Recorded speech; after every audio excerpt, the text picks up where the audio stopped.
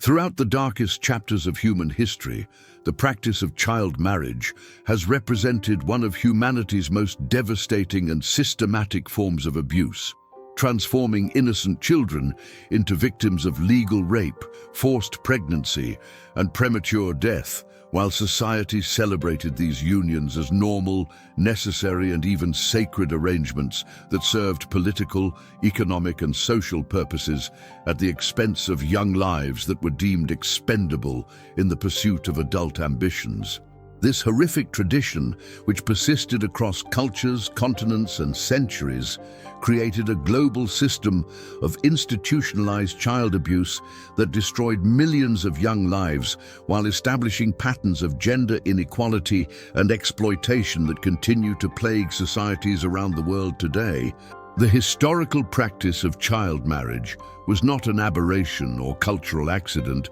but a deliberate and systematic institution that served the economic and political interests of powerful families, kingdoms, and empires who viewed children, particularly girls, as valuable commodities to be traded, sold, or gifted in pursuit of wealth, power, and strategic advantage. These arrangements were carefully negotiated business transactions that treated children as property rather than human beings, with elaborate contracts that specified dowries, inheritance rights, and political obligations while completely ignoring the physical, emotional, and psychological welfare of the young victims who were forced to participate in these adult schemes. The case of Margaret Beaufort, who was married at age 6 to John de la Pole and later remarried multiple times before reaching puberty, illustrates how the English nobility used child marriage as a tool of political manipulation and wealth consolidation.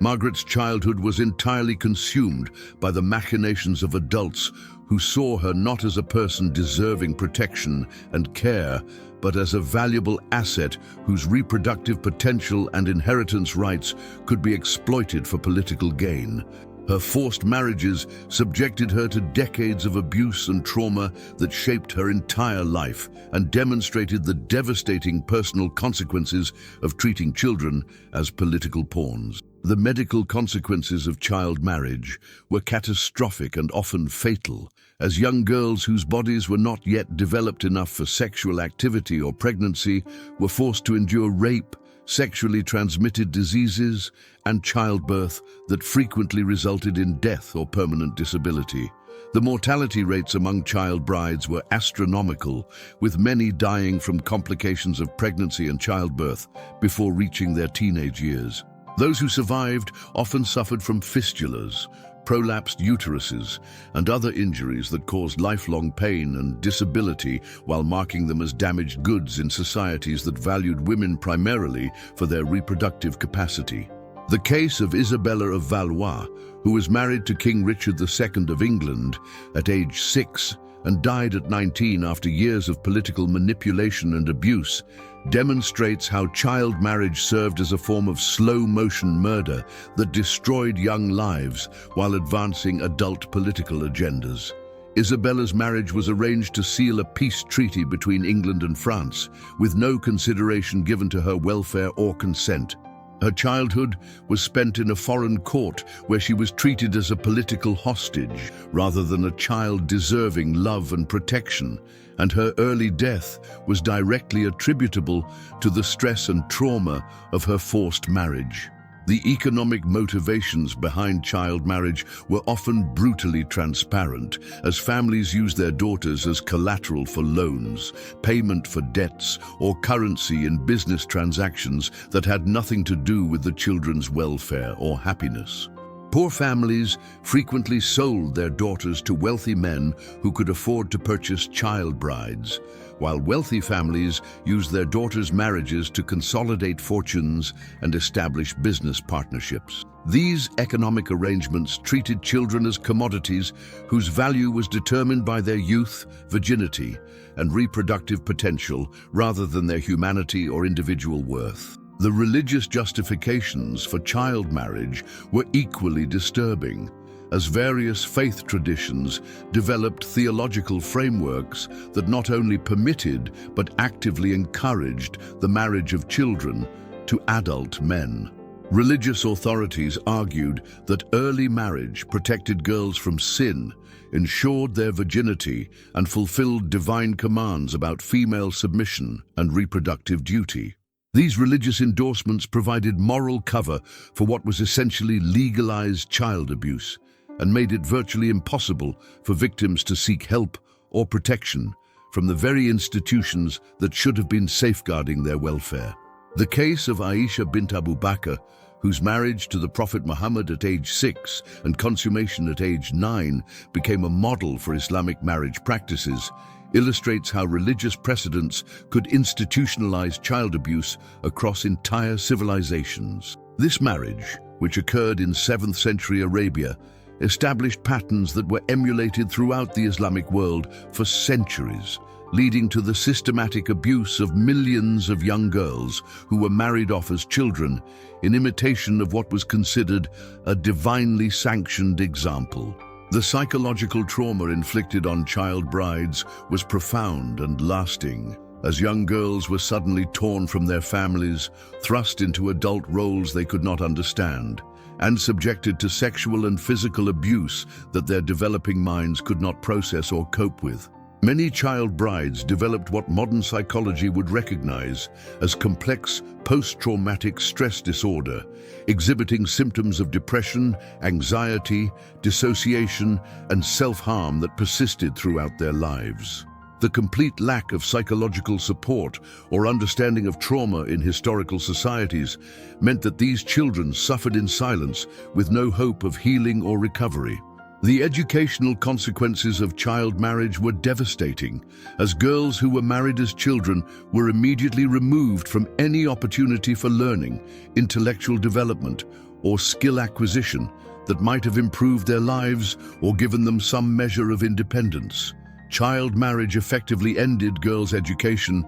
and condemned them to lives of ignorance and dependency that made them even more vulnerable to abuse and exploitation. The systematic denial of education to married children created generations of women who lacked the knowledge and skills necessary to protect themselves or their own children from similar fates. The case of child marriage in medieval Europe reveals how the practice was embedded in legal systems that explicitly denied children any rights or protections against adult exploitation. Canon law and civil law both recognized marriages involving children as young as 7 years old as legally valid, providing no mechanisms for children to escape these arrangements or seek protection from abuse. The legal system's complicity in child marriage made it virtually impossible for victims to find justice or relief, as the very institutions that should have protected children instead facilitated their exploitation.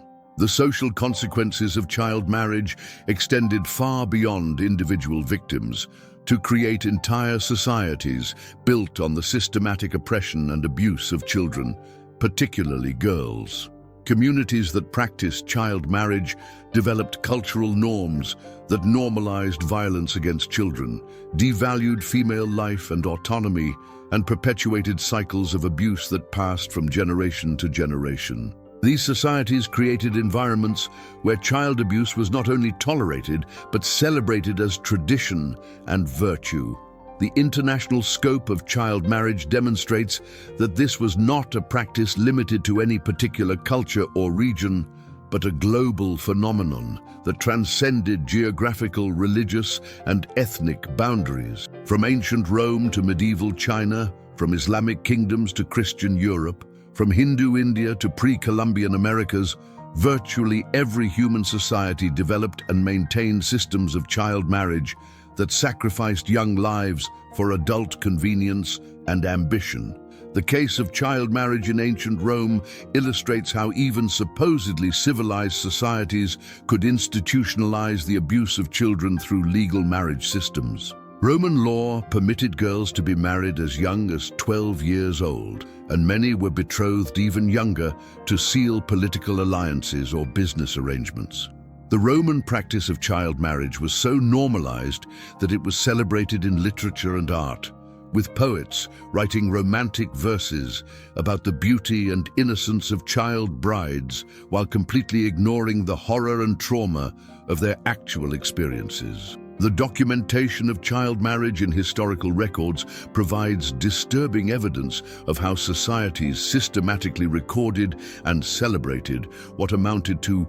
organized child abuse. Marriage contracts, dowry agreements, and legal documents from across history contain detailed provisions for the transfer of children between families, the consummation of marriages with prepubescent girls, and the punishment of child brides who attempted to resist or escape their situations. These historical documents serve as evidence of crimes against humanity that were not only tolerated, but legally protected and socially celebrated. The resistance efforts by some child brides, though rare and often unsuccessful, provide glimpses of the courage and determination that some young victims showed in attempting to escape their situations. Historical records contain scattered accounts of girls who ran away from forced marriages, refused to consummate their unions, or found other ways to resist the abuse they faced.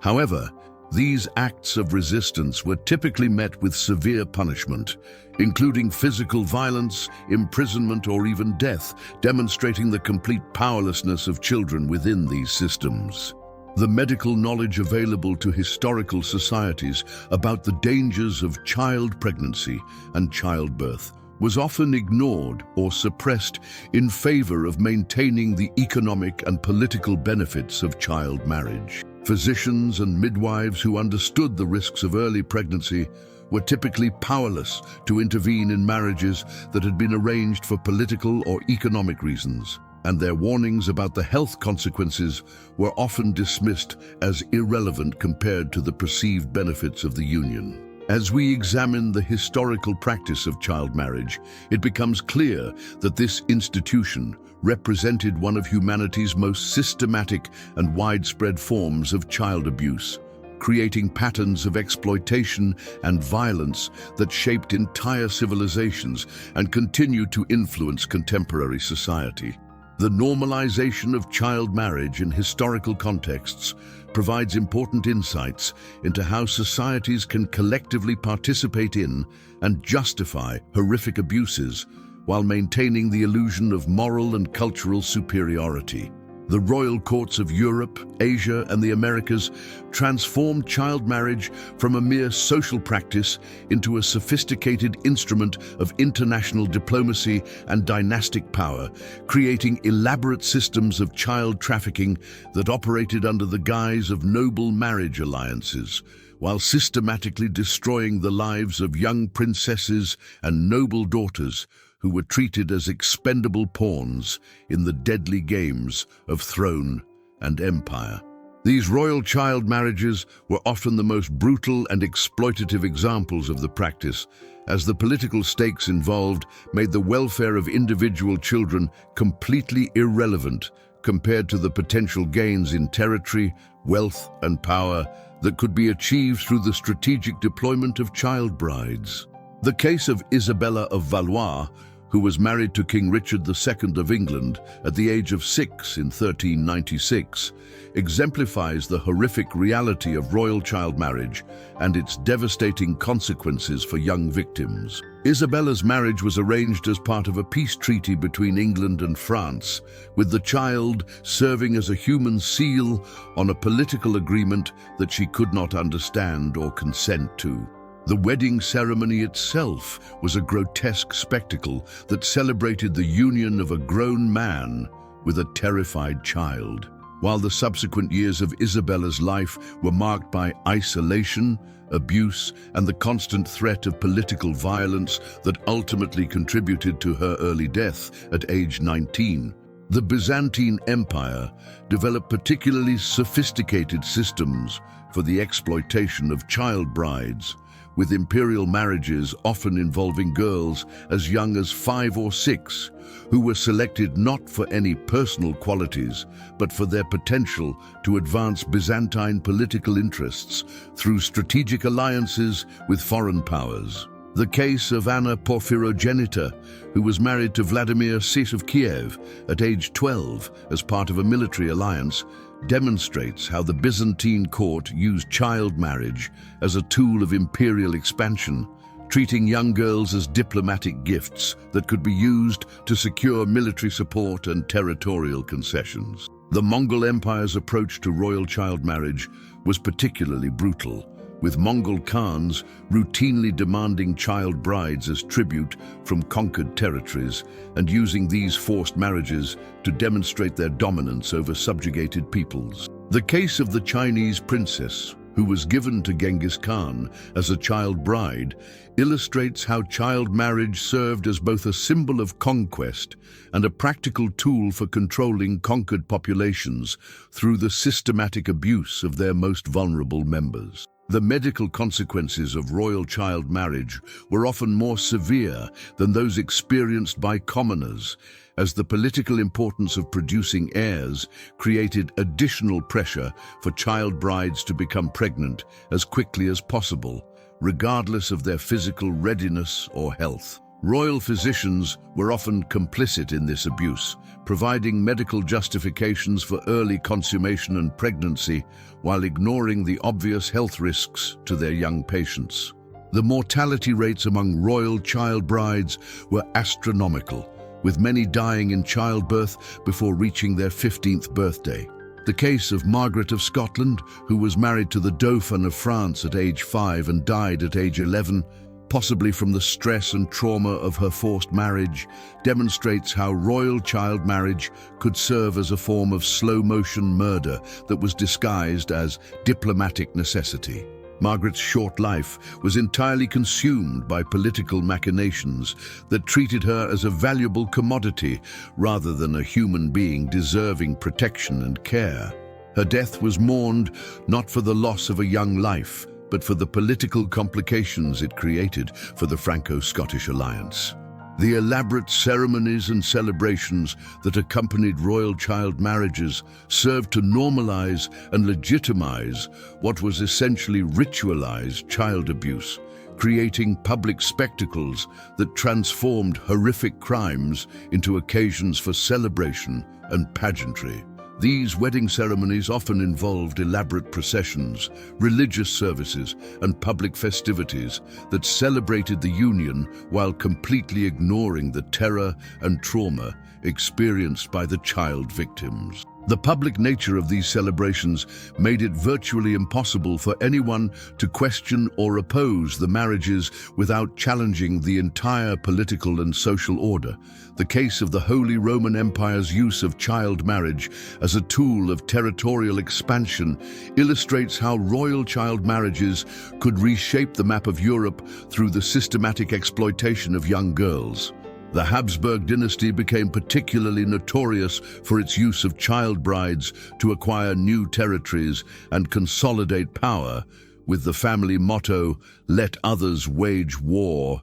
you, happy Austria, marry," reflecting their strategy of using marriage rather than military conquest to expand their empire. This approach required a constant supply of child brides who could be married off to secure new alliances and territorial claims. The economic costs of royal child marriage were enormous, as the elaborate dowries, wedding ceremonies, and ongoing maintenance of child brides represented significant drains on royal treasuries. However, these costs were typically justified by the potential political and territorial gains that could be achieved through strategic marriages, making the financial investment in child marriage seem worthwhile compared to the expenses of military campaigns or diplomatic negotiations. The economic calculations involved in royal child marriage treated children as investments whose value was measured in terms of political advantage rather than human welfare.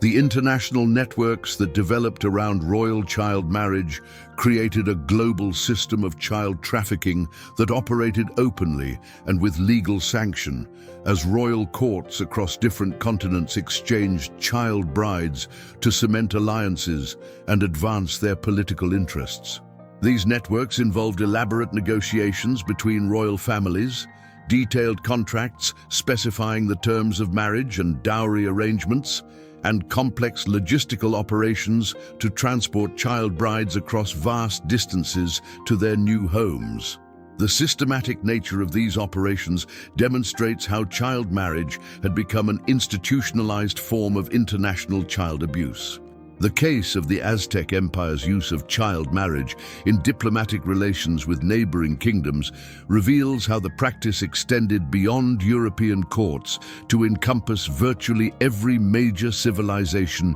in human history. Aztec rulers routinely demanded child brides as tribute from conquered territories and offered their own daughters as child brides to secure military alliances. The systematic nature of these arrangements demonstrates that child marriage was not a cultural aberration, but a fundamental tool of statecraft that was employed by rulers across different civilizations and time periods. The religious justifications for royal child marriage were often more elaborate and sophisticated than those used to justify commoner marriages, as royal courts employed teams of theologians and legal scholars to develop complex arguments about divine right, dynastic legitimacy, and religious duty that could be used to justify even the most obviously abusive marriages. These religious endorsements provided moral cover for what was essentially state-sponsored child abuse and made it virtually impossible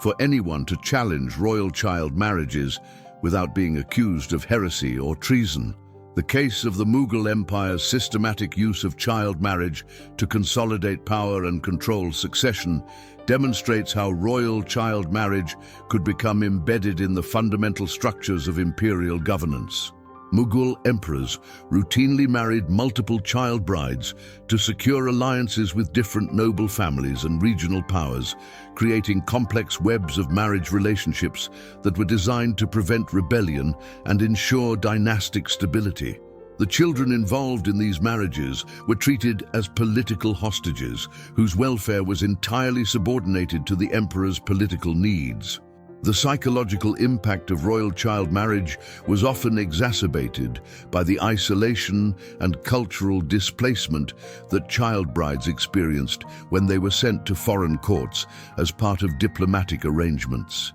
These children were not only subjected to sexual and physical abuse, but also cut off from their families, cultures, and languages, creating additional layers of trauma that made their situations even more desperate. The complete lack of support systems or familiar faces in their new environments made it virtually impossible for child brides to cope with their situations or find any source of comfort or protection. The documentation of royal child marriages in official court records, diplomatic correspondence, and historical chronicles provides disturbing evidence of how these practices were not only tolerated, but celebrated as examples of successful statecraft and diplomatic achievement. Royal historians and court chroniclers routinely recorded the details of child marriages as positive developments that strengthened the kingdom and advanced the ruler's political interests, with no consideration given to the welfare of the children involved.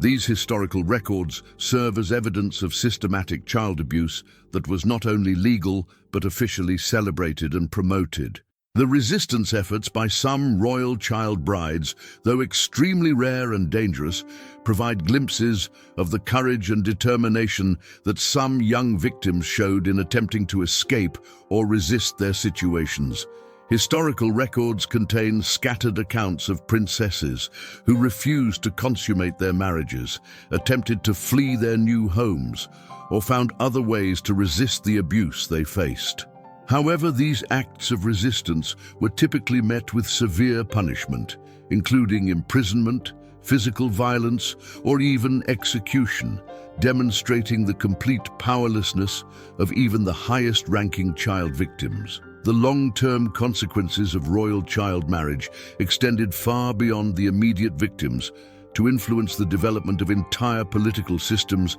and cultural norms that normalized the abuse of children in pursuit of political advantage. The success of royal dynasties that employed child marriage as a tool of statecraft encouraged other rulers to adopt similar practices, creating a competitive dynamic where kingdoms that refused to participate in child marriage were at a disadvantage in international relations. This created a self-perpetuating system where child abuse became a necessary tool of successful governance. The international legal frameworks that developed around royal child marriage created sophisticated systems for the regulation and enforcement of child abuse, with detailed laws governing the age of consent, dowry arrangements, and the rights and obligations of child brides. These legal systems provided a veneer of legitimacy and order to what was essentially organized child trafficking, making it virtually impossible for victims to seek legal protection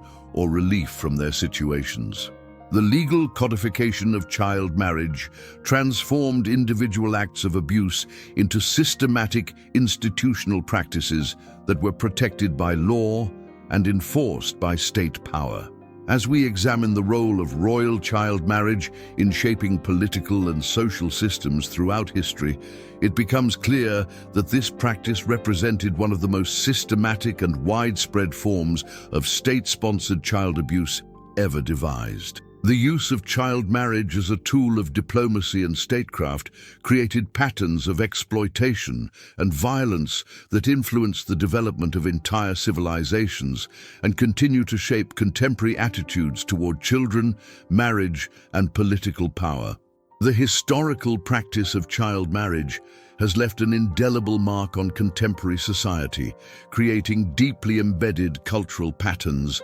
legal precedents, and social structures that continue to facilitate the abuse and exploitation of children while perpetuating systems of gender inequality and violence that affect millions of people worldwide. The normalization of child marriage in historical contexts established cultural attitudes toward childhood, sexuality, and gender roles that persist in modified forms today, influencing everything from legal age of consent laws to contemporary debates about children's rights and bodily autonomy. Understanding this historical legacy is crucial for comprehending how past practices of institutionalized child abuse continue to shape modern society and create ongoing vulnerabilities for children around the world. The legal frameworks that developed around historical child marriage created precedents that continue to influence contemporary marriage and family law, with many modern legal systems retaining elements of historical approaches that prioritized parental authority and social stability over children's welfare and individual rights. The concept of parental consent for marriage, which originated in systems that treated children as property to be disposed of by their parents, continues to exist in modified forms in many jurisdictions, creating legal pathways for the continuation of child marriage practices under the guise of respecting family autonomy and cultural traditions. The case of contemporary child marriage in parts of Africa, Asia, and the Middle East demonstrates how historical practices have evolved and adapted to modern contexts while retaining their fundamental character as systems of child exploitation and abuse. In countries like Niger, Chad, and Bangladesh, child marriage rates remain extraordinarily high, with millions of girls being married off before their 18th birthday in arrangements that closely mirror the historical practices that were once common throughout the world. These contemporary examples show that child marriage is not merely a historical curiosity, but an ongoing global crisis that affects an estimated 12 million girls each year. The economic motivations that drove historical child marriage continue to operate in modern contexts, with poverty, debt, and economic insecurity serving as primary drivers of contemporary child marriage practices. Families facing economic hardship often view their daughters' marriages as economic necessities, using dowry payments or bride prices to address immediate financial needs while transferring the economic burden of supporting their daughters to their new husbands' families. These economic calculations treat children as commodities whose value is determined by their youth and reproductive potential rather than their humanity or individual worth. The religious and cultural justifications that were used to legitimize historical child marriage have evolved and adapted to contemporary contexts, with various faith traditions and cultural groups continuing to promote practices that facilitate the marriage of children to adult men. Religious authorities in some communities continue to argue that early marriage protects girls from sin, ensures their purity, and fulfills divine commands about female submission and reproductive duty. These religious endorsements provide moral cover for what is essentially ongoing child abuse and make it difficult for victims to seek help or protection from their own communities. The psychological impact of historical child marriage practices can be seen in contemporary attitudes toward childhood sexuality, consent, and bodily autonomy that continue to normalize inappropriate relationships between adults and children. The historical normalization of sexual relationships between adult men and young girls has created cultural patterns that make it difficult for societies to recognize and respond appropriately to child sexual abuse, as behaviors that would be clearly identified as criminal in other contexts are often rationalized or excused when they occur within marriage or family structures. The case of child marriage among immigrant communities in Western countries illustrates how historical practices can persist and adapt to new legal and social environments, creating complex challenges for law enforcement, social services, and child protection agencies. Some immigrant families continue to practice child marriage as a way of maintaining cultural traditions and family honor, often circumventing local laws through religious ceremonies that are not legally recognized but are considered binding within their communities. These practices create vulnerable populations of children who may be married according to cultural traditions while remaining legally unprotected by the laws of their new countries. The educational consequences of historical child marriage continue to affect contemporary society through the perpetuation of gender inequality and the systematic denial of educational opportunities to girls and young women. In many parts of the world, the expectation that girls will be married at a young age continues to limit their access to education and professional development, creating cycles of poverty and dependency that mirror the historical patterns established by centuries of child marriage practices. The denial of education to married children continues to create generations of women who lack the knowledge and skills necessary to protect themselves or their own children from similar fates. The medical consequences of child marriage, including the health risks associated with early pregnancy and childbirth, continue to affect millions of women and girls worldwide, with maternal mortality rates remaining disproportionately high in regions where child marriage is common. The physical and psychological trauma associated with forced sexual activity and early pregnancy creates long-term health problems that affect not only individual victims, but also their children and communities. The normalization of these health risks in societies that practice child marriage demonstrates how historical attitudes toward women's bodies and reproductive rights continue to influence contemporary medical practice and public health policy. The international human rights framework that has developed in response to historical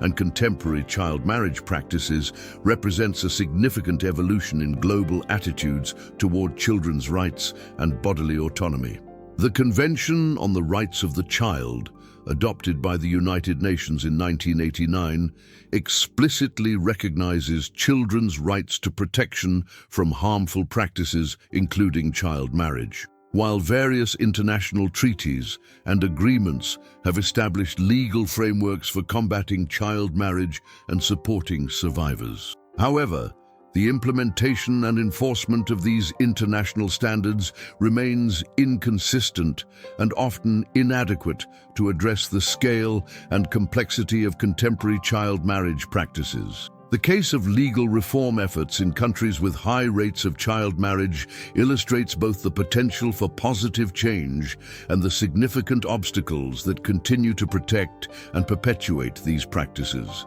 Countries like Ethiopia, Malawi, and India have implemented legal reforms that raise the minimum age of marriage and strengthen penalties for child marriage. But these legal changes often face resistance from traditional authorities, religious leaders, and communities that view child marriage as an essential part of their cultural identity. The gap between legal reform and actual practice demonstrates how deeply embedded historical attitudes toward child marriage can resist efforts at social change. The economic costs of contemporary child marriage are enormous, with estimates suggesting that the practice costs developing countries trillions of dollars in lost economic productivity, increased healthcare costs, and reduced educational attainment. The World Bank and other international organizations have documented how child marriage perpetuates cycles of poverty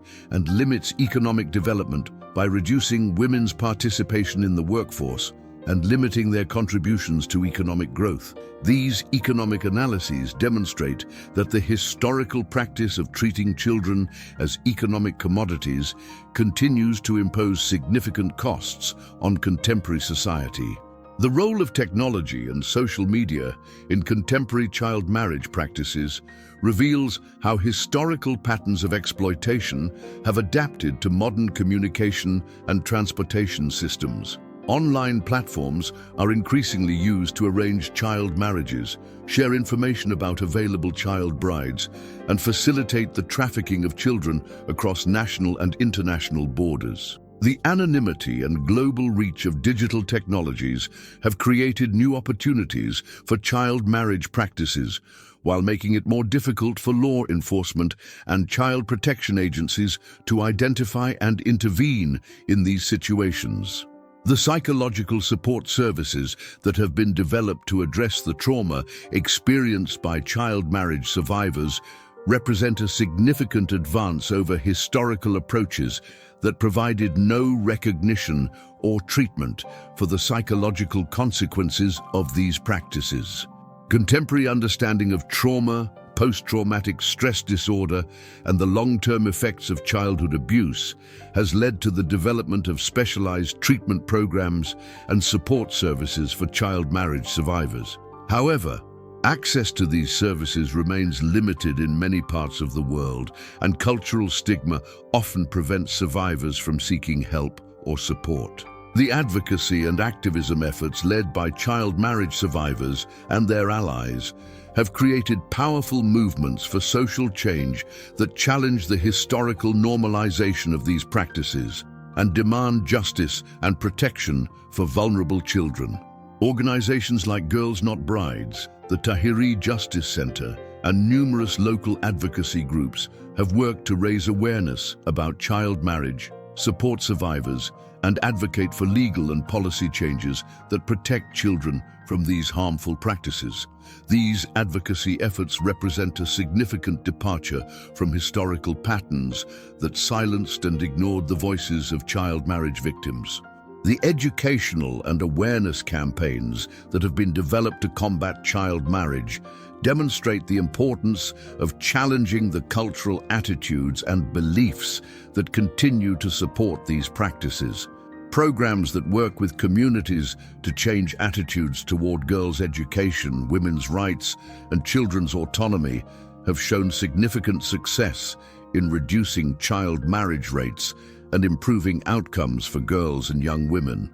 These educational efforts represent a direct challenge to the historical patterns of thought that normalized and justified child marriage practices. The international cooperation and coordination that has developed around efforts to combat child marriage represents a significant evolution from historical periods when these practices were not only tolerated but actively promoted through diplomatic and political channels. Contemporary international efforts to combat child marriage involve coordination between governments, international organizations, non-governmental organizations, and local communities to develop comprehensive strategies that address the multiple factors that contribute to child marriage practices. As we examine the contemporary legacy of historical child marriage practices, it becomes clear that while significant progress has been made in recognizing and addressing these harmful practices,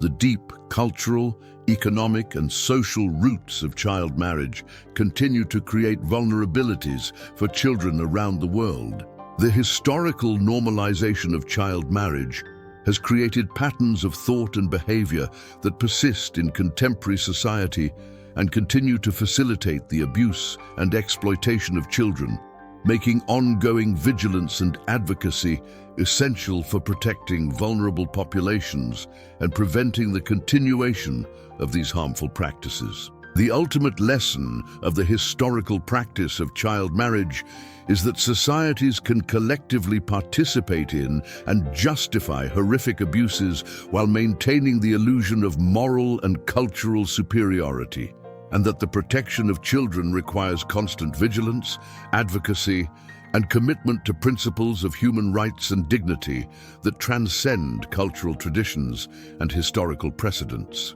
The ongoing struggle against child marriage represents one of the most important human rights challenges of our time and requires sustained effort from individuals, communities, governments, and international organizations to ensure that all children are protected from these harmful practices and given the opportunity to develop and thrive in safety and dignity.